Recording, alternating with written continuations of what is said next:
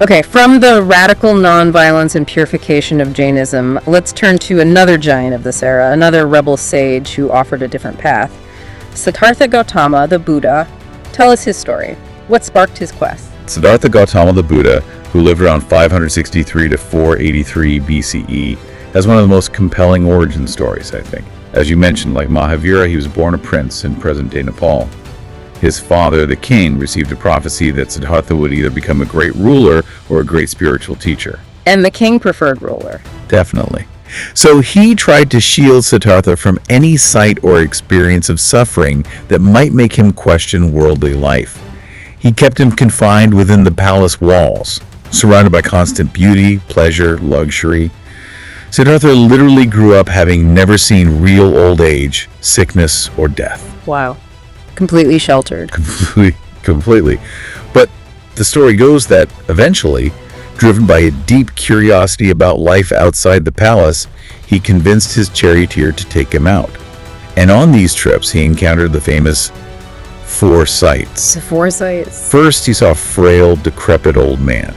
He'd never seen extreme old age before.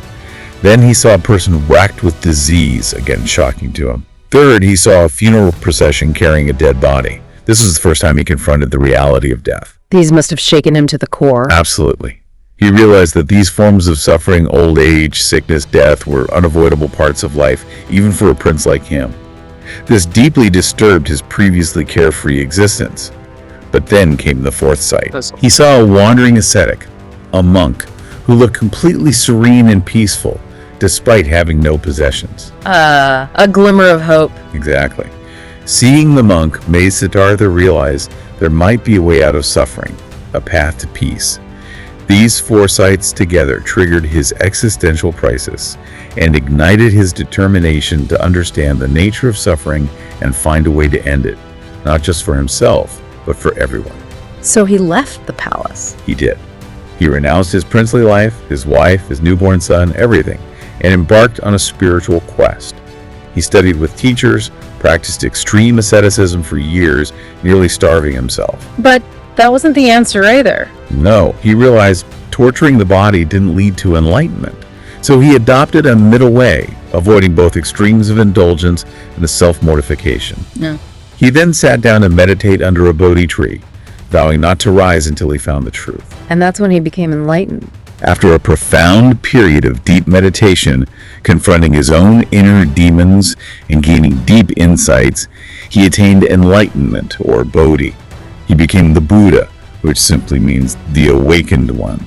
He had awakened to the true nature of reality and the path to liberation from suffering. What an incredible story. So what were the core teachings that emerged from his awakening? He talked about some fundamental truths of existence, right? He did. His teachings are incredibly direct, practical, and psychologically insightful. He started with what are sometimes called the three foundational truths, or the three marks of existence. First, dukkha. We often hear it translated as suffering. Yes, but suffering is a bit limited. Dukkha is deeper. It includes obvious pain, sorrow, loss, grief, but it also includes more subtle forms. Frustration, dissatisfaction, stress, anxiety, the feeling that things just aren't quite right, the inherent unsatisfactoriness of clinging to things that change. Even pleasant experiences can be dukkha because they inevitably end, and we often crave more. Think about the stress of a Mumbai traffic jam, or the anxiety before an exam, or even just the vague feeling of boredom that's all dukkha. So it's the underlying unsatisfactoriness of conditioned existence. Okay. What's the second truth? Second is anicca, impermanence. Everything changes. Everything. Absolutely nothing stays the same. Your body is changing constantly. Your thoughts and feelings are like clouds passing in the sky. Relationships evolve or end. Possessions break or get lost. Even mountains eventually erode. The universe is in constant flux. And the problem comes when we resist that change. Exactly. The core insight of anicca is don't cling. Trying to hold on to things as if they were permanent when they are inherently impermanent is a direct cause of dukkha, of suffering. Okay, dukkha, unsatisfactoriness. Anicca, impermanence. What's the third foundational truth? The third is anatta, often translated as no self or non-self. anatta. Now, this sounds like a key difference from the Upanishadic idea of Atman, the permanent, unchanging soul. How did the Buddha see the self? This is indeed a crucial and sometimes challenging concept. Unlike the idea of an eternal, unchanging Atman, the Buddha taught anatta, that there is no fixed, independent, permanent I or soul entity residing somewhere within us. No permanent self at all. What we call the self, according to Buddhism, isn't a static thing. It's more like a dynamic process, a collection or bundle of constantly changing physical and mental components: body, feelings, perceptions, mental formations, consciousness. They arise and pass away moment by moment. Like a river. It looks like one thing, but it's always changing water. That's a perfect analogy. The river maintains a certain form, but the water flowing through it is never the same. Or think of a flame on a candle. It looks like a single entity, but it's a constantly changing process of combustion. The self is like that, a continuity of process, not a fixed substance. And why is realizing this no self important? Because, the Buddha taught, when we cling tightly to the illusion of a fixed, permanent I or me or mine, we create suffering. That imagined solid self is always vulnerable to change, loss, criticism, and ultimately death. Letting go of that rigid self-concept can lead to immense freedom and compassion. Think about it. Who were you as a baby, as a teenager, as an adult? Are you the exact same self? No, definitely not. Constantly changing. Right. The I is an ever-changing process. Recognizing this helps loosen the grip of the ego. Okay, so from these three fundamental truths, dukkha, anicca, anatta, the Buddha formulated his core teaching, the Four Noble Truths. You described these before as being like a doctor's diagnosis for the human condition. Can you walk us through them again? Absolutely. They follow a very logical, clear structure. 1. The truth of dukkha. This is the symptom. Yeah. The acknowledgement that life, as ordinarily lived, inevitably involves suffering, dissatisfaction, stress, unsatisfactoriness. Even when things seem good, there's an underlying vulnerability. Okay, recognize the symptom. Life includes suffering. 2. The truth of samudaya, the origin of dukkha. This is the diagnosis, what causes this suffering. The Buddha identified the root cause as tanha, craving, thirst, or attachment. Craving. Yes, craving for sensual pleasures, craving for existence and becoming, craving for non-existence, clinging to things, ideas, or self-identity as if they could bring lasting happiness. It's this relentless wanting, grasping, and aversion that fuels dukkha. Okay, the cause is craving and clinging. 3. The truth of nirodha, the cessation of dukkha. This is the prognosis. The good news. Suffering can cease. It's possible to end dukkha. How? By completely understanding, letting go of, and eradicating that craving, that tanha. When the craving stops, the suffering stops. Liberation is possible. Okay, so there's a way out, which leads to 4. The truth of magga, the path to the cessation of dukkha. This is the prescription. There's a clear, practical path to follow to end suffering. And that path is the Noble Eightfold Path. the Noble Eightfold Path. And this is seen as a middle way, right? Avoiding extremes. Exactly. The Buddha advocated this middle way between the extremes of harsh, self-denying asceticism, which he had tried and found useless, and mindless sensual indulgence. The Eightfold Path is a balanced, integrated approach covering all aspects of life. Think of it like systematically reprogramming your mind and behavior for liberation, like carefully removing malware from a computer. And it's divided into three main sections. Yes, it's traditionally grouped into three categories, though all e-factors are interconnected and practiced together. Wisdom, prajna. This includes right view, or right understanding, clearly seeing reality as it is, understanding the Four Noble Truths, anicca, anatta, karma, and right intention, or right thought, cultivating intentions of letting go, goodwill, and harmlessness, freeing the mind from greed, hatred, and delusion. So understanding reality and having the right motivation. Ethical conduct, Sila. This covers right speech, avoiding lying, divisive speech, harsh speech, and idle chatter, speaking truthfully, kindly, and beneficially. Right action, acting ethically, avoiding killing, stealing, and sexual misconduct. And right livelihood, earning a living in a way that doesn't harm oneself or others. Living ethically in the world. Mental discipline, samadhi. This includes right effort, consciously striving to prevent unwholesome states from arising, abandon those that have arisen, cultivate wholesome states, and maintain those that have arisen. Right mindfulness, samadhi, developing present moment awareness of your body, feelings, mind, and mental objects without judgment. And right concentration, samadhi, cultivating deep states of mental focus and calm through meditation, leading to clarity and insight. It's incredibly comprehensive. It covers thoughts, ethics, and mental training. It really does. It's a complete guide to transforming your entire being. Beyond the core truths and the path, are there other key Buddhist concepts we should touch on? A few important ones, yes. Nirvana is the ultimate goal. It literally means to extinguish, referring to the extinguishing of the fires of greed, hatred, and delusion. It's a state of profound peace, liberation, freedom from suffering, and the cycle of rebirth. It's not a place, but a state of being. And karma. How does Buddhism see karma? In Buddhism, karma specifically refers to volitional actions driven by intention, whether physical, verbal, or mental. These intentional actions create causes or seeds that ripen into effects or consequences later in this life or future lives, thus propelling the cycle of samsara. Wholesome intentions lead to positive results. Unwholesome intentions lead to suffering. It emphasizes ethical responsibility for one's choices. And what about pratityasamutpada? That sounds complex. Pratityasamutpada, or dependent origination, or conditioned genesis, is a very deep teaching, but the core idea is simple. Everything arises in dependence upon conditions. Nothing exists independently or arises out of nothing. So things happen because of causes and conditions. Exactly. Your anger, for instance, doesn't just pop up out of nowhere. It arises dependent on certain conditions. Maybe feeling tired, hungry, insulted, or insecure.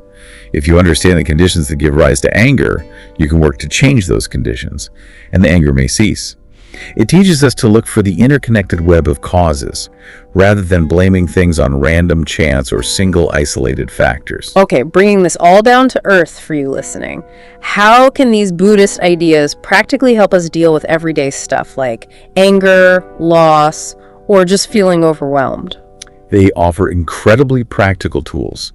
Take anger. When anger flares up, Buddhism advises you not to suppress it, nor to act on it impulsively. Instead, practice mindfulness. Observe the anger rising within you. Notice the physical sensations, the thoughts. Just observe it like a dark cloud passing through the sky of your mind.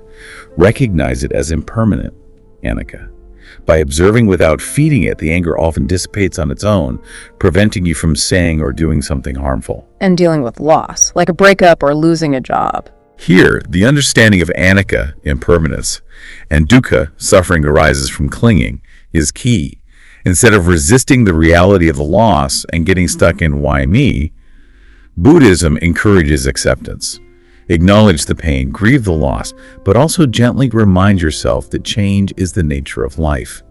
Practice letting go with compassion for yourself in the situation.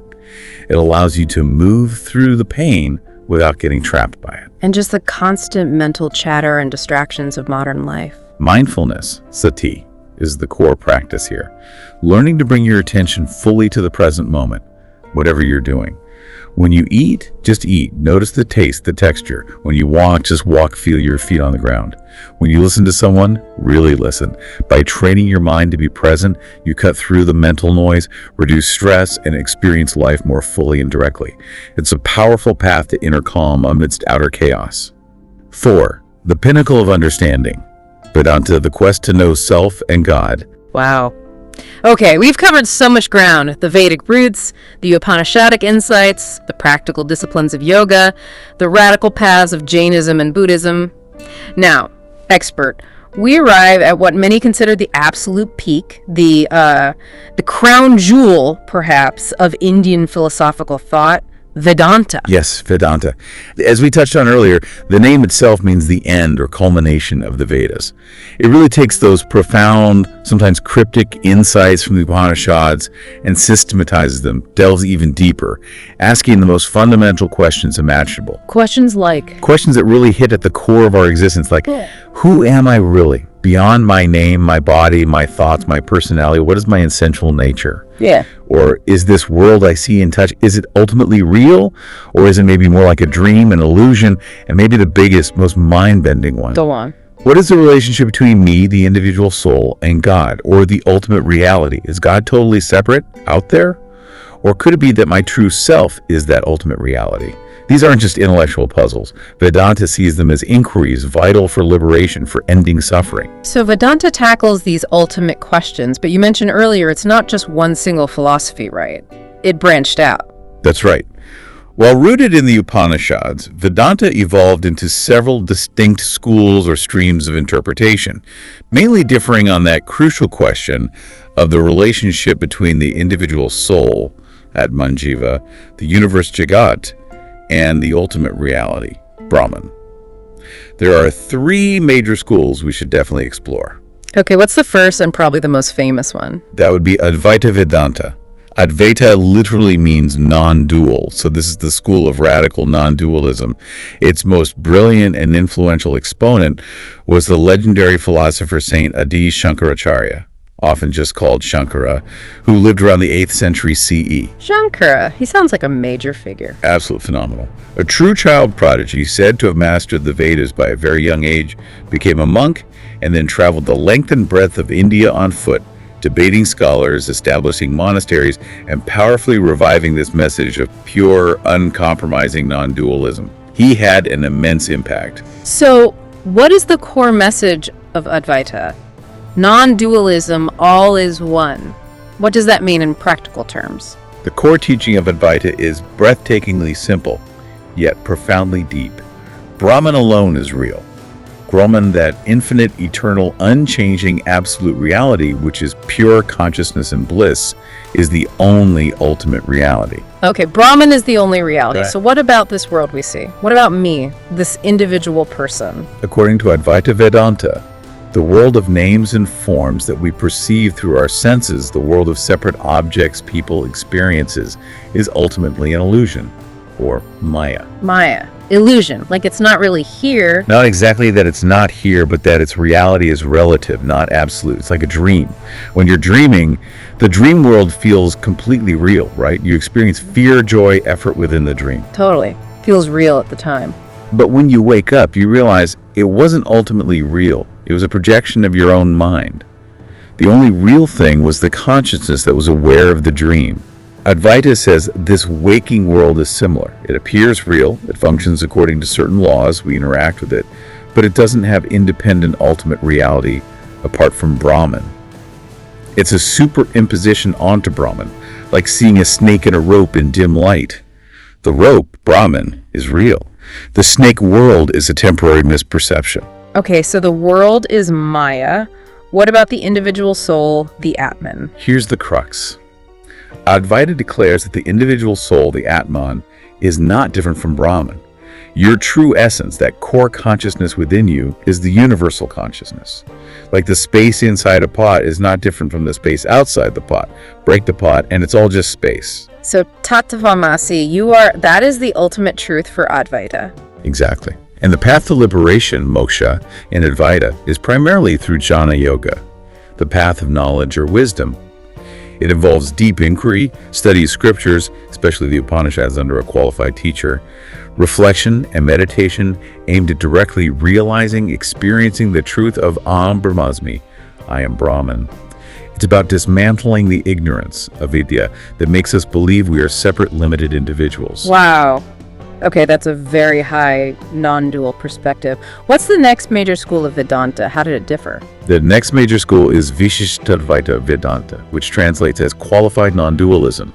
Think of it as all is one, but the one have attributes and distinctions within it. Its main proponent was Ramanujacharya, another towering figure who lived in the 11th century CE. Ramanuja. And he had a different take. Yes. Ramanuja was also a great scholar, but deeply devoted to Lord Vishnu. He felt that Advaita's concept of a purely attributeless, impersonal Brahman could feel a bit too abstract and cold for many people seeking a personal relationship with God. He wanted to integrate the path of loving devotion, bhakti, firmly within the framework of Vedanta. So how did he qualify the non-dualism? What was his core idea about Brahman and the soul? Ramanuja taught that Brahman is indeed the ultimate reality, but Brahman is not attributeless, nirguna. Brahman possesses infinite auspicious qualities, knowledge, power, love, beauty, and is identified with a personal god, typically Narayana or Vishnu, Saguna Brahman. Okay, so God has qualities. What about the individual soul, the Atman?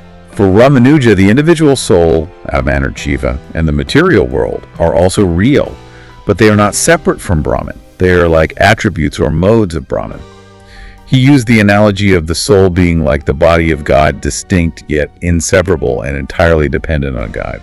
Or think of it like a spark in a fire. The spark from the fire. Yes. The spark, the soul, comes from the fire, Brahm God, is of the same nature, consciousness, but it is not the entire fire. It's a part of the whole, eternally distinct, yet eternally connected and dependent. So there's a relationship, but not absolute identity like in Advaita. Exactly.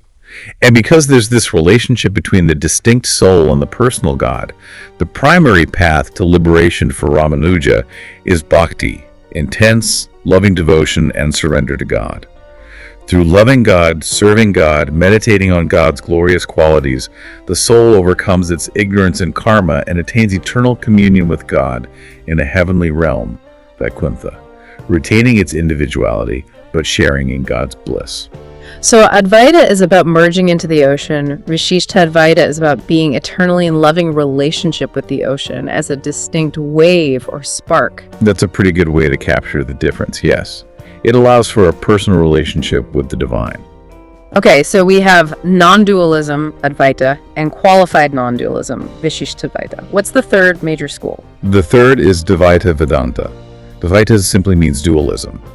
This school asserts very clearly and uncompromisingly that God, the soul, and the world are eternally separate and distinct realities. Completely separate. Completely. This school was founded by Madhvacharya in the 13th century CE. He forcefully argued against both Advaita and Vishishtadvaita, insisting on the absolute difference between the supreme being, Vishnu, and individual souls. So his core message was? His core message was essentially, you are not God. God is eternally the master, and you are eternally the servant. For Madhva, Vishnu is the supreme independent reality. Individual souls, jivas, and the material world are real, but eternally dependent on Vishnu. There's a hierarchy, and the distinction is absolute and forever. What kind of analogy did he use for this? He used analogies that emphasize difference and dependence. Like the relationship between an object and its reflection, they are related but fundamentally different. Or between the sun and a planet that reflects its light, the planet shines only because of the sun's light. It has no light of its own. Similarly, the soul exists, acts, and knows only through the grace and power of God. So no possibility of merging or being part of God in the same way? No. The goal in Dvaita is not merging, but attaining liberation through realizing one's eternal servitude and distinctness from God, and finding bliss in the eternal loving service of Vishnu in the afterlife, based on one's innate nature. The path involves strong bhakti, devotion, adherence to dharma, duty, and seeking God's grace. So Vedanta really offers this spectrum, doesn't it? From the absolute oneness of Advaita through the qualified oneness and relationship of Vishishtadvaita to the clear eternal distinction of Advaita. It's like different lenses for viewing the ultimate reality and our place in it. Exactly. It shows the richness and diversity even within the orthodox schools deriving from the Upanishads, grappling with those ultimate questions of self, world, and God in different profound ways. The path of heart, the bhakti movement. Expert, we've explored these very deep, often quite intellectually demanding paths, Vedanta, yoga, even the logical schools we haven't detailed. But Indian spirituality also has this incredibly powerful stream that emphasizes feeling, emotion, love, the path of the heart. Let's talk about the bhakti movement. Ah, yes, the bhakti movement. This is such a crucial and beautiful part of the Indian spiritual landscape. It's really important to understand the context here. While some schools were focusing on complex philosophy or rigorous self-discipline, the Bhakti movement, which really blossomed across India from around the 7th century CE right up to the 17th century and beyond, offered a completely different emphasis. A different message. A radically accessible and liberating message. It basically said, look, you don't need to be a Sanskrit scholar. You don't need to be a high caste priest. You don't need to renounce the world and become an ascetic to reach God. All you truly need is a heart filled with genuine, passionate love and devotion. Wow. That must have been revolutionary. It sounds like a completely democratized spirituality. It absolutely did. It threw the doors open to everyone. Women, low-caste individuals, uneducated villagers, householders, people who might have felt excluded from the more scholarly or ritualistic paths. The core message was so empowering. God isn't some distant, abstract principle or a fearsome judge you have to appease through complex rituals. God is relatable. God is a beloved. Someone you can have a deep, personal, emotional relationship with, like a friend, a parent, a master, a child, even a romantic lover. Bhakti shifted the whole focus away from intricate Vedic rituals towards personal feeling, heartfelt connection, away from rigid caste hierarchies towards the idea of spiritual equality in the eyes of God, and importantly, away from fear towards love. So what exactly is bhakti, the word itself? The word bhakti comes from the Sanskrit root bhaj, which has meanings like to share, to participate, to belong to adore, to love. So bhakti essentially means sharing your heart, your life, your love with the divine. It's about cultivating an intense devotional attachment to God. And how did people practice bhakti? What did it look like? It manifested in many vibrant and accessible forms, often emphasizing emotion and participation rather than silent, solitary meditation. Common practices included Shrama, listening to sacred stories and glories of God; Kirtan, singing devotional songs and chanting God's names, often collectively with music and dancing; Smarana, constantly remembering God throughout the day; Padasavana, serving God's feet, often symbolically through service at temples or to images; Archana, ritual worship of an image or symbol; Vandana, offering prayers and prostrations; Dasya, seeing oneself as God's servant; Sakya, cultivating friendship with God; and Atmanivedana, complete self-surrender. Kirtan, the singing, seems particularly important. Hugely important. Collective singing and chanting became a hallmark of the Bhakti movement, creating powerful feelings of community, ecstasy, and direct connection with the divine. It bypassed the need for literacy or complex philosophical understanding.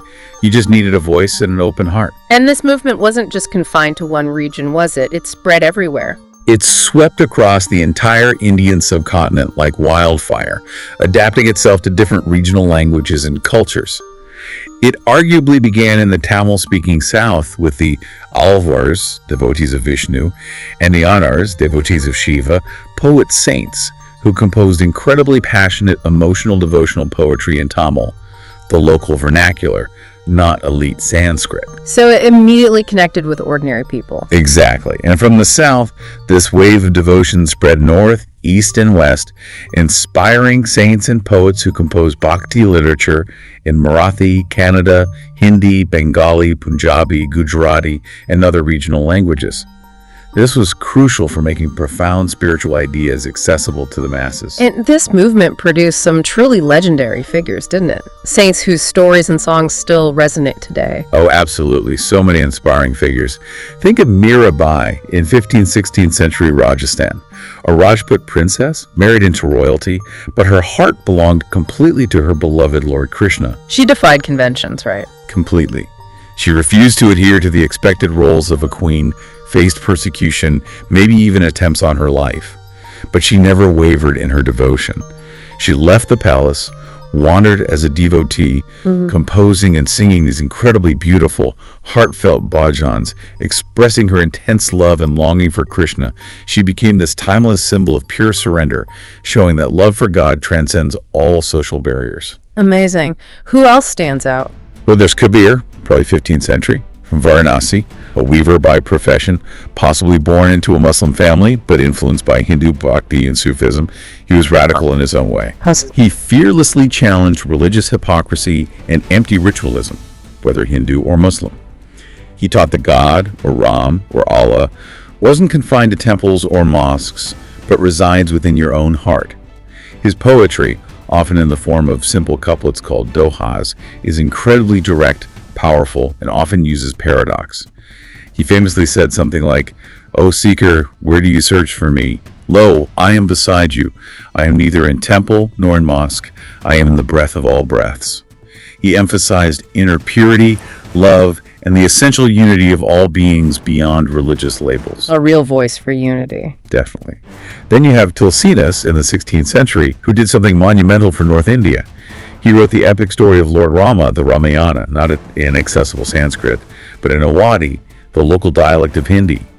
His version, the Ramcharitmanas, became perhaps the most popular and influential religious text across vast swaths of North India. Making the story accessible to everyone. Exactly. It brought the ideals of Rama's righteousness, dharma, and the power of devotion directly into the homes and hearts of millions who couldn't read Sanskrit. It had a profound impact on culture and ethics. And maybe one more. Someone known for ecstatic devotion. That would have to be Chaitanya Mahaprabhu in 15th-16th century Bengal. He is considered by his followers to be an incarnation of Krishna himself, and he truly ignited a revolution of ecstatic bhakti centered on chanting the Hare Krishna mantra. The Kirtan movement. Yes. He popularized congregational chanting, Sankirtan leading huge processions through towns and villages with thousands singing and dancing in ecstatic devotion.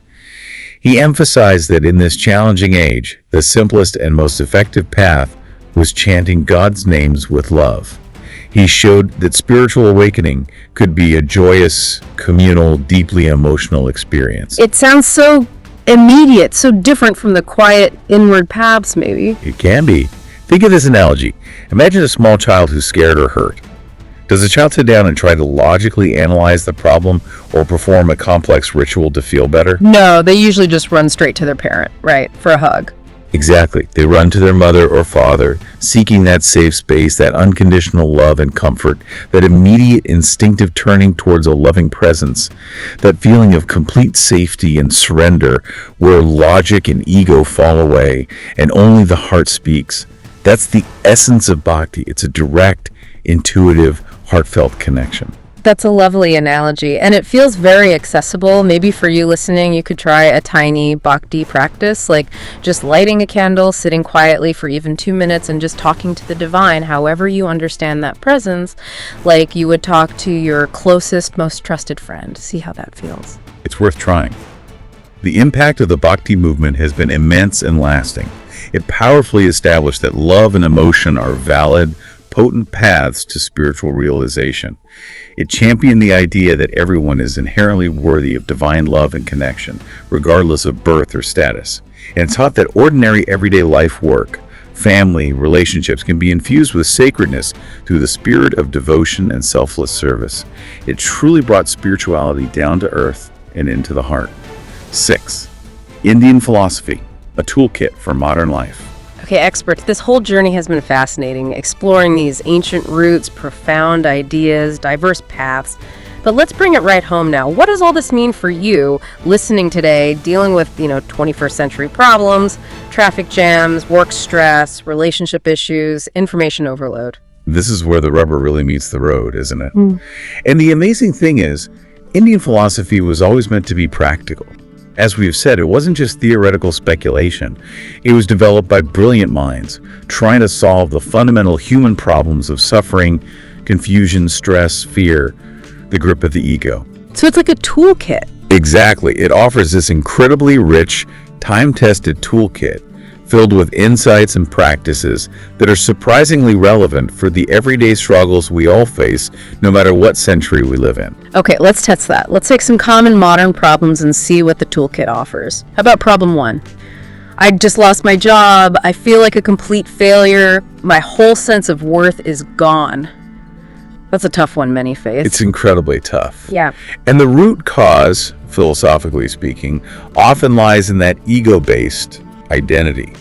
We mistakenly equate our inherent value with our external roles or achievements. I am my job.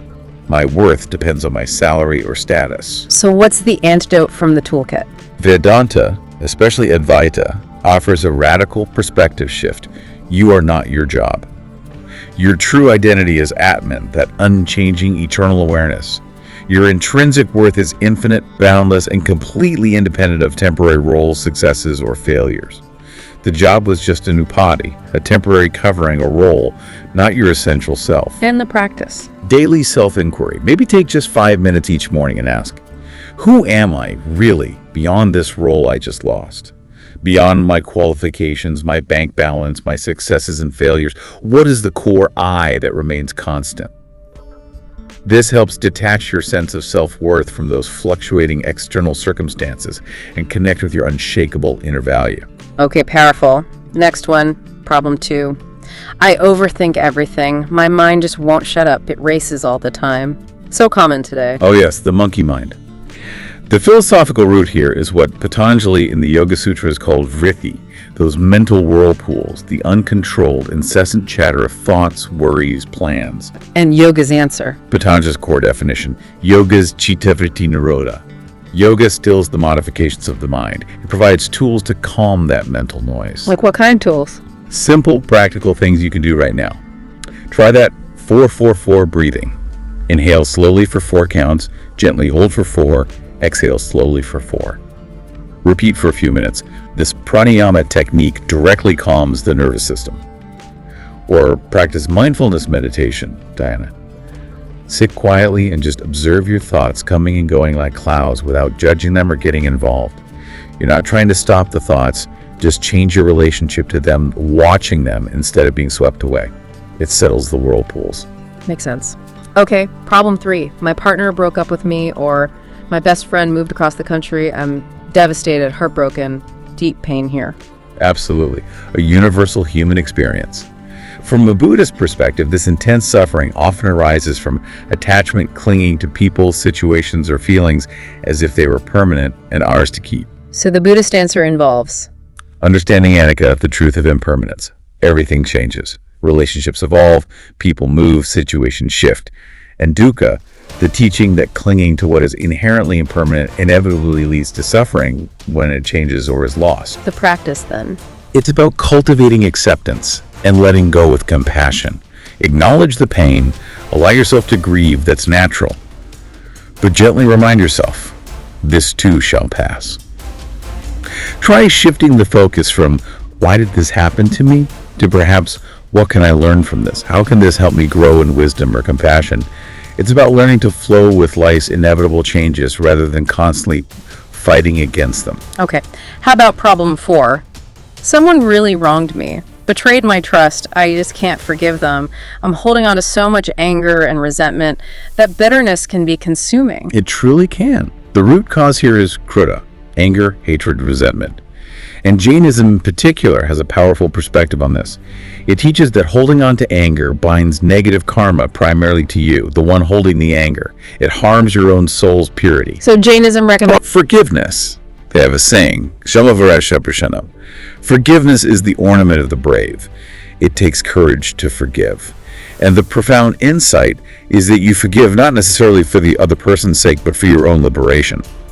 Holding on to resentment is like drinking poison yourself and hoping the other person gets sick. and a practice for this. Jains practice a daily reflection, especially during their festival of Parishana, called Michami Dukkadam, which essentially means, may all the harm I have caused be undone, or asking forgiveness from all beings. You can adapt this. Consciously practice letting go of grudges, mentally forgiving others, not to condone their actions, but to free yourself from the toxic burden of resentment. Freeing yourself. I like that. Okay, the big one for many. Problem 5. I'm terrified of death. The thought of non-existence panics me. A very deep-seated fear. Its root often lies in our strong identification with and attachment to our physical body, and a misunderstanding of our true nature. And the philosophical comfort. Both Vedanta and Samkhya philosophy offer profound reassurance. You are not the body. Your essential self, whether called Atman, Vedanta, or Purusha, Samkhya, is consciousness itself, which is unborn, undying, eternal. What we call death is simply the cessation of the physical body, the outer dress or temporary vehicle. The consciousness itself is unaffected. Like taking off a coat. Exactly. The coat wears out, but the person wearing it remains. A powerful practice comes from the Bhagavad Gita, meditating on the verse, Nahanya Hanya Mani Sharir. The self is not slain when the body is slain. Contemplating this helps shift identification away from the perishable body towards the imperishable consciousness. Okay. Problem 6. I feel so lonely and empty inside, even when I'm around people. There's just this void, a common modern malaise. Yes, that sense of inner disconnection. It often stems from feeling separate from our own deeper self, separate from others, separate from the world. What does the Bhakti path offer here? Bhakti offers a direct and comforting answer. You are never truly alone because the divine resides within your own heart. That connection is always available. And the practice to feel that connection. Cultivate it actively. Try chanting a simple mantra or name of the divine that resonates with you. Sound has a powerful way of centering the mind and opening the heart. Or sing devotional songs, kirtan or bhajans that you love. Another incredibly powerful practice central to bhakti and karma yoga is seva, selfless service. How does service help loneliness? When you focus on helping others, serving them without expecting anything in return, it shifts your focus away from your own perceived lack or emptiness.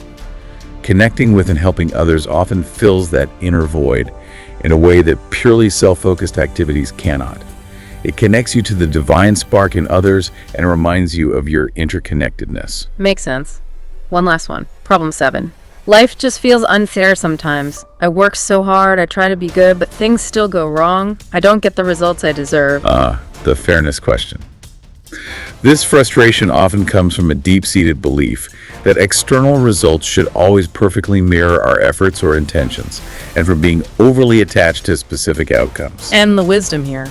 Karma yoga, as taught so brilliantly in the Bhagavad Gita, offers the famous principle, karmanya vadikaraste, mafalishu kadachana. Which means?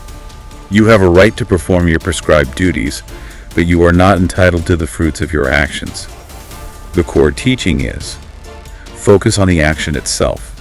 Do your work, fulfill your responsibilities, act ethically and with full effort and sincerity, but let go of attachment to the results. That sounds hard. Doesn't mean you don't care about success? Not at all. You still strive for the best outcome, you act intelligently, but your inner peace, your equanimity, isn't dependent on whether you get exactly the result you wanted.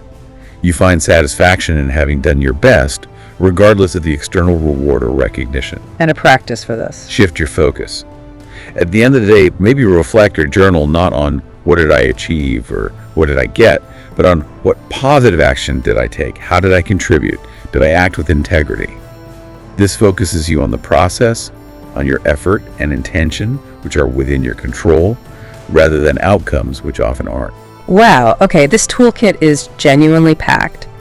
And what's really fascinating, as you mentioned earlier, is that a text like the Bhagavad Gita doesn't force you to choose just one of these paths. Knowledge, action, devotion, meditation. It actually encourages integrating them. Right? Absolutely. The Gita's genius lies in its synthesis. It shows how you can be simultaneously a person of wisdom, jnana yoga, engaged in selfless action, karma yoga, filled with love and devotion, bhakti yoga, and practicing mental discipline and mindfulness, raja yoga, dhyana yoga. It encourages a holistic approach. Like a balanced meal. Exactly. I love the analogy of a spiritual thali. You know, that wonderful Indian platter with small bowls of different dishes. You don't just eat dal or just rice or just vegetables. A good thali is balanced. It has protein, carbs, vitamins, different tastes and textures. Similarly, a well-rounded spiritual life, according to the Gita, needs a balance. The clarity of knowledge, the grounding of ethical action, the sweetness of devotion, and the stability of meditation. You integrate all the paths. Okay, to make this super concrete, especially for maybe younger listeners or anyone feeling overwhelmed, could we map out like a simple weekly plan, just tiny steps integrating these ideas? Great idea. Let's try. Even an 8th grader can do this.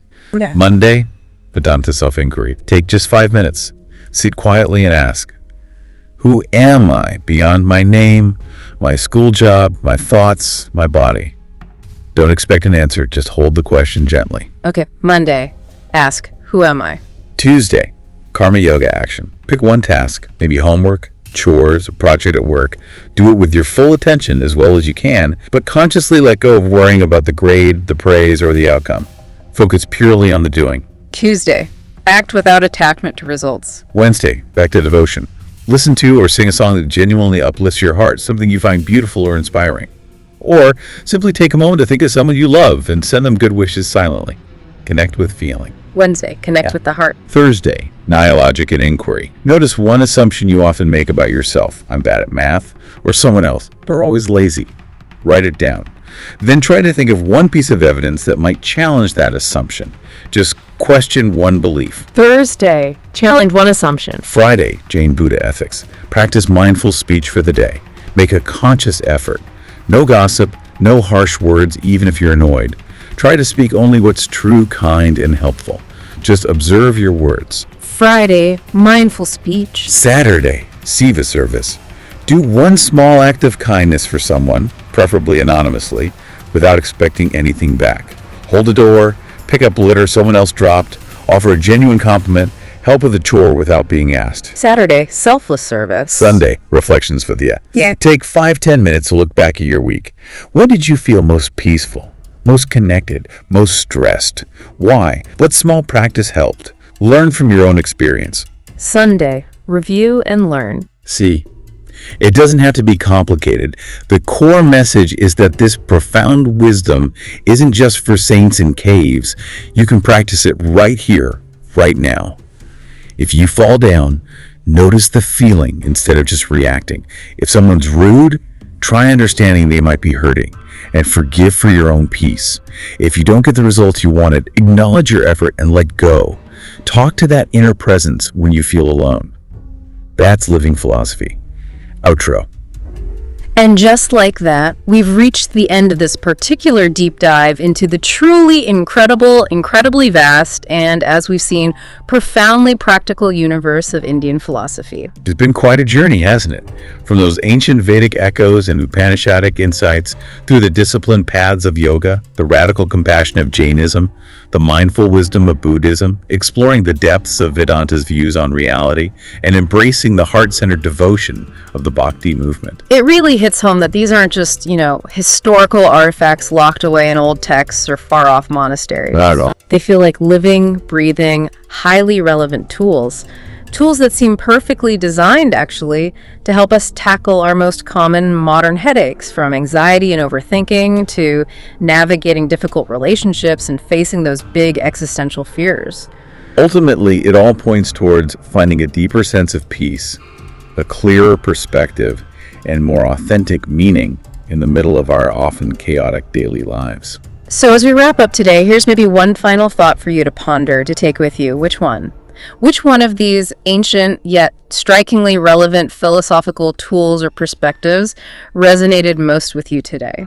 Just pick one that sparked something in you. And consider, how could you start applying just that one insight, that one practice to your own life, maybe starting today or this week? How can your everyday life, the way you work, the way you interact, the way you handle challenges, the way you experience joy, how can that itself become your philosophical practice ground? A living laboratory for self-discovery, wisdom, and enduring peace. The insights are there, patiently waiting, not just to be understood, but to be lived, breathed, experienced, moment by moment.